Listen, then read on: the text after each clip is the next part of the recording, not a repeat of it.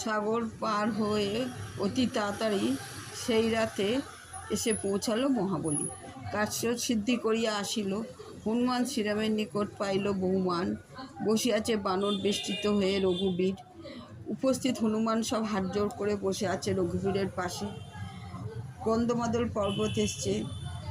ওষুধ চিহ্নিত করে বৈদ্য ওষুধ দিল, লক্ষণ ভালো হয়ে গেল। এমন সময় রামচন্দ্র জিজ্ঞাসা করলো, হনুমান তোমার শরীরে রবির কিরণ কেন? হনুমান বলল, প্রভু ঔষধ আনতে গেলাম, ঔষধ খোঁজাখুঁজি করছি পর্বত শিখরে, এমন সময় সূর্য উদিত হচ্ছে। আমি সূর্যদেবকে বললাম, কাশ্যপ পুত্র একটু বিশ্রাম করো, এখন উদিত হয়েও না, না হলে লক্ষণ পীরের জীবন চলে যাবে। কিন্তু সূর্যদেব কোনো কথা শুনলেন না। তাই বগলে ধরে রেখেছি যাতে রাত না শেষ হয়, দিন না আরম্ভ হয়। শ্রীরাম বললেন, বাপু এ কি চমৎকার! না পোহায় রজনী, না ঘুচে অন্ধকার। সূর্যের উদয়ের জন্য সংসারের প্রকাশ হয়। তুমি ভাস্করকে ছেড়ে দাও, আকাশে উঠুক।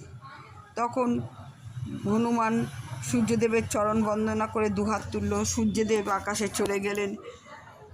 রঘুবীর শত শত প্রণাম করলেন সূর্যদেবকে। সূর্য উঠল, দিনের শুরু হলো। শ্রীরাম বললেন, ধন্য হনুমান,